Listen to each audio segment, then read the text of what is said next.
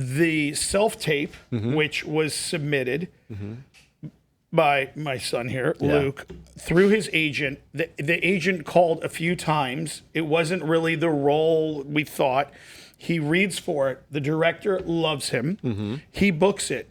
I filled out it easily with him and for him, even though he's passed the CHESP, which is the highest high school. So he can. He's an adult. He's actually an adult. Is the way the law sees it, and so he passes that, so he can work. We're filling out all this paperwork, 60, 80 pages. It's a short. We then go out there. When we show up, it's bigger than. I mean, I'm not kidding when I say they had millions of dollars of equipment. And a crew, huge crew, everything. Now, the punchline is, so it's the middle of summer. They pick him. I felt so bad. They pick him. You see how translucent his skin is, right? I don't have the darkest complexion, if you can tell. Right. I don't know if it's just lighting. They put him in a long sweat. Big hoodie with a T-shirt underneath and pants. Long pants, everything. Everybody else is in shorts. I'm like, whatever, but it's the style. Hottest day of summer in LA. Hottest day. He's like turning 9 shades of red, and I'm like dying. And he films the entire day. I'm talking like from what set at like 7, and then literally it was one of those 100 different takes. The director, everything went great. This is not negative. This is to just show a piece of the industry. His check for the whole day, because it was a SAG ultra low budget, is pre-negotiated. Yeah. And it was under $200. And wait for it, it cost us a lot more to do that than he's done. I think it costs a lot more to do that to have that. But she wanted some real strong young actors for the thing, and met some really nice kids on set by co-stars that were super cool. Yeah, who've done a bunch of big projects. That was an investment in your future. Your parents made. So, but that's what I'm getting at is I see so many actors that think there's money or what. This is an industry. If you want to be at it, you're going years and years and years have and to love it. And you have to make these contacts and connections and really literally sweat your ass off, because there's a lot of people. And I agree. Now hold on. Now I'm going to put that in contrast. Then you've got a lot of people on social media who do this, myself included. You're getting a few $1,000s for one quick little post. And you're like, so you look at how hard the film industry is and that space a lot. So there's so many different pieces to look at it and criticize and all that. But when you look at somebody in the dedication, so I come back to the filmmaking and the acting and what's going on, and I go, I just think we're in a new time where, I agree. Where, it's just, I would love to, what's your crystal ball say? I mean, I agree that it is a new time. The age of the influencer is perplexing to me. I get it, but it's just still very strange. I think when Luke did my Sizzle reel, he was the only one that got paid. I think he made $150 a day, was it? I believe so. Yeah, $150 a day. That was good for a Sizzle reel. That's great. That is you were actually our biggest. You were our biggest expense, honestly. So I drive a hard bargain. What can I say? It's my dadager. Yeah, your dadager and momager were I all over that negotiate one. hard for you. What was funny was your agent. What's your agent's name? I think it was I think it was at Stellar. Oh, Stellar. Barbara They were like, Stellar. we want our 10%. I was like, okay, here's a check for $15. Okay, go out and buy a Big Mac. I don't know. Can I pay for the gas to get to the bank to deposit it? Yeah, exactly. Okay, you really want it? I just thought it was a throwaway, but okay. Right. This is Sizzle Reel. Just so you know, it's not the real thing quite yet, where we're making. But the point is that. How do you really feel about that? Yeah, I know. Trust me. I know. Yeah. I feel like. You're right about one thing, and that is, or you're right about a lot of things. I got it. Just Yes, one. I won. With that last bit. Right. But it's one more than normal. Facts. Was the idea that it is about being the last man or woman standing for actors and for filmmakers in general. I've had friends who have moved out to LA, and boom, it just happens for them. Yeah. And it's shocking when it happens. On the acting side, on the film side, the writing side, it's like, it just blows me away, because that's not how it worked for me. I worked my ass off for years. I paid my dues. I'm still paying my dues. I'm still making, low budget movies. I like doing it. I like having that sort of autonomy where I can make what I want.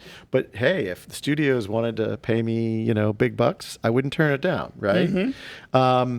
So, I make the way I make films a lot of the time is out of necessity. And it is about being the last man or woman standing. And I can't say I've had periods where if I'm being honest, where I've lost my way a little bit, where I need to recharge, where I need to find my focus again, where I need to remind myself why I'm doing this. What is it that I hope to achieve? Why? Why are you doing it? Is it what you love? Because a lot of the times with acting and with filmmaking, and I think my wife can speak to this too, because she's an actor and she's in the Screen Actors Guild. If you're not working, what keeps you going? Particularly for actors, that's the biggest struggle. If you're just going on auditions, audition after audition after audition, what keeps the drive going, And how do you make a living and how do you survive? And the same for filmmakers. So, I don't know where it's going. I just know that I can't worry about who's making what. I can't worry about whether influencers are the next best thing. I can't worry about, any of that stuff. I just got to focus on what I'm doing. And if I control what I'm doing, then hopefully I'll, find my way to the top ultimately. But it can be frustrating to see when someone else is making an absurd amount of money for not doing much work at all. Yeah. Especially when they haven't suffered in the way that you've suffered, And it is. I got decades of suffering. Yeah, it's suffering. It is. It's working hard. It's having tenacity. And those are great things. And I feel like just generally, and this is an overall statement, that with the advent of technology, and this is a commentary on the younger generations, that I feel like it could be a problem in the future, just the idea of tenacity, because everything is so fleeting in your world.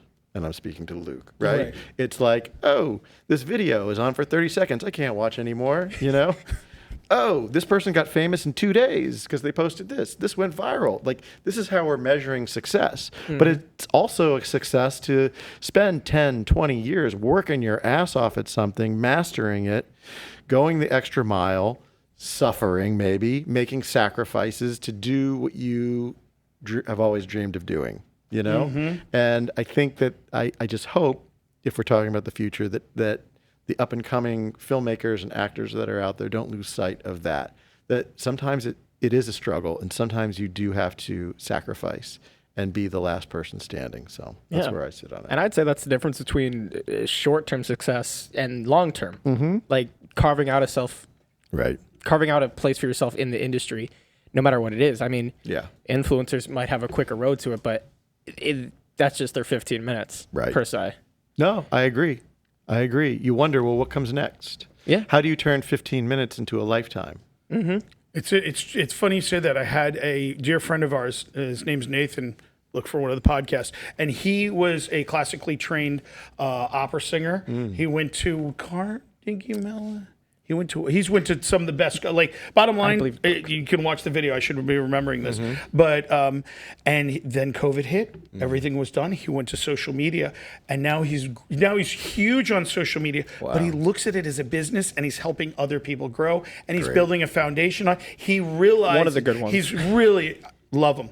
Brother. And so you're right. And it's the same thing. I'm looking at movies. I'm like, okay, how can I get the angle? Because what we're doing is we're telling a story and entertaining. And if you see the value, even this podcast, if you see the value to it, you'll share it, you'll like it, you'll tell people about it. Yeah. And that is really where it's been the way it's always been, I think. And now it's just different tools, like I was saying, and I'm just trying to. But the tools allow you to kind of get to the success a little quicker. Right. It's less friction. You don't have as many gatekeepers. The question is can you stay there? You get around agents. You can get around managers much easier.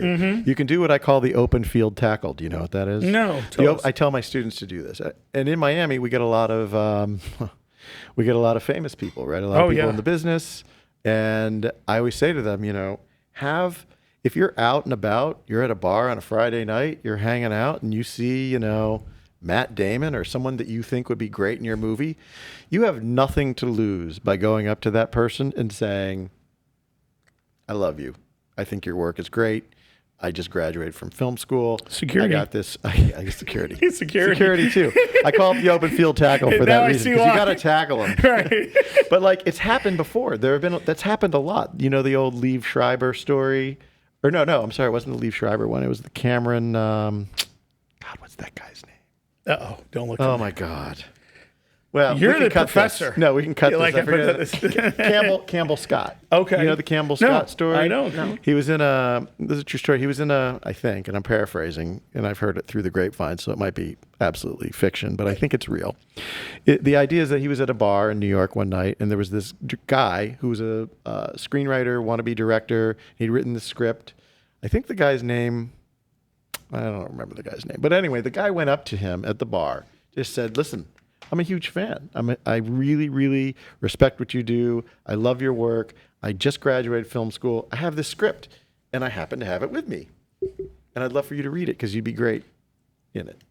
And he was like, what the fuck? Right, yeah. 100%. Right. But took the script, was charmed by this guy, this kid, and they made the feature.